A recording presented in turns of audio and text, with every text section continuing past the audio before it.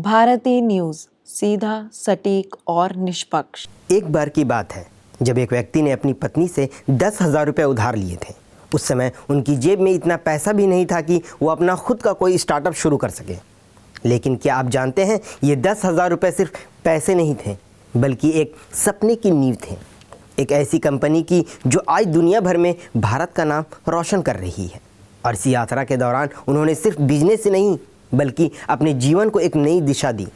क्या सच में कोई इन छोटी शुरुआतों से इतनी बड़ी ऊंचाइयों तक पहुंच सकता है? आइए जानते हैं इस प्रेरणादायक कहानी के बारे में। आदाब सलाम, मैं हूं चांद हसन। चर्चित चेहरे के इस विशेष अंक में हम भारत के प्रमुख आईटी दिग्गज और इन्फोसिस के संस्थापक AR नारायण मूर्ति की बात कर रहे हैं।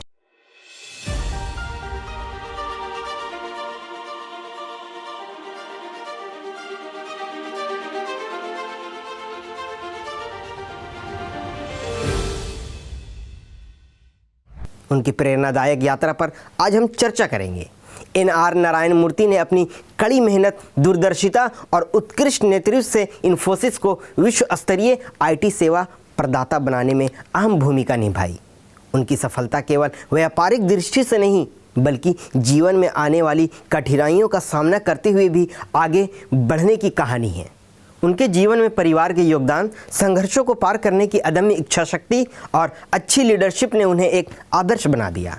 NR नारायण मूर्ति का जन्म 20 अगस्त 1946 को कर्नाटका राज्य के शिग गांव में हुआ था। उनका बचपन साधारण था, लेकिन उनके भीतर हमेशा कुछ बड़ा करने की भावना थी।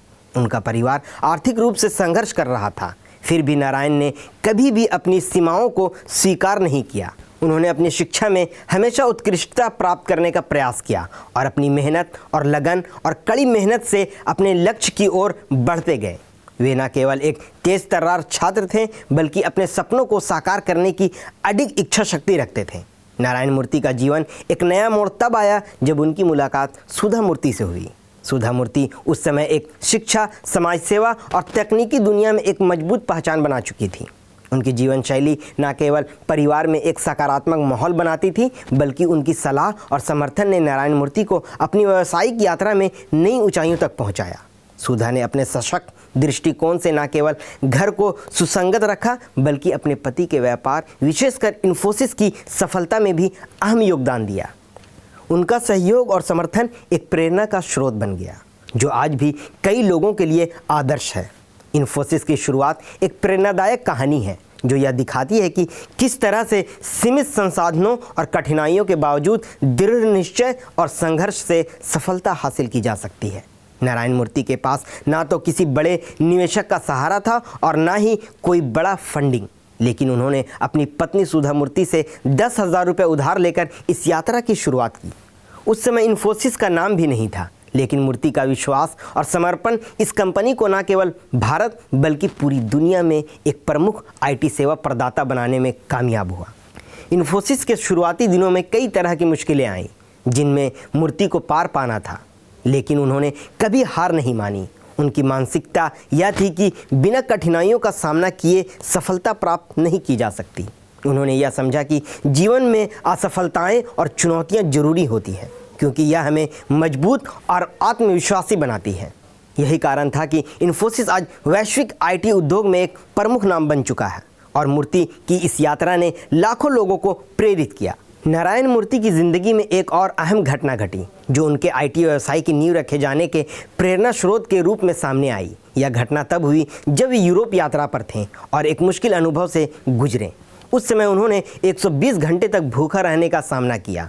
इस कठिन परिस्थिति ने उन्हें जीवन में आत्मबल और धैर्य की ताकत दी, जिससे वे अपने व्यवसाय के लिए और अधिक प्रेरित हुए। इस संघर्ष ने उन्हें एहसास दिलाया कि कोई भी बड़ा लक्ष्य पाने के लिए कठिनाइयों का सामना करना पड़ता है और जो इन्हें पार कर लेता है वही सफल होता है।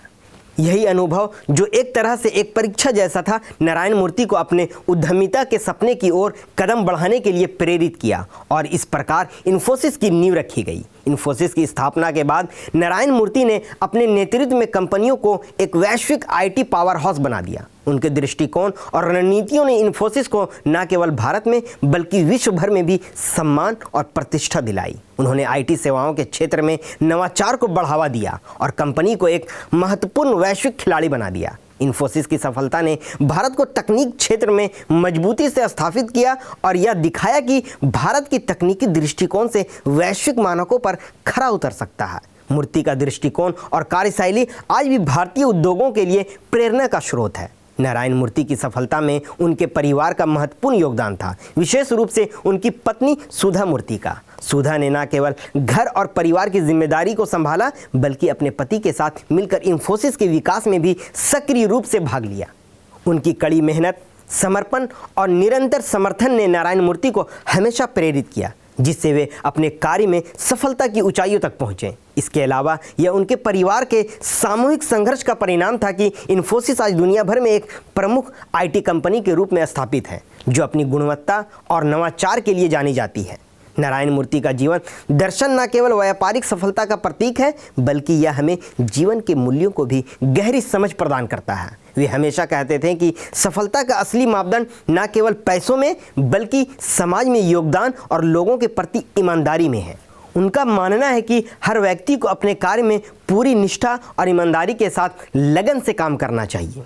वे ये भी मानते हैं कि जीवन में कोई भी चुनौती हो, अगर व्यक्ति कठिन मेहनत और संघर्ष के साथ अपने उद्देश्य के प्रति समर्पित रहे तो वह किसी भी मुश्किल को पार कर सकता है।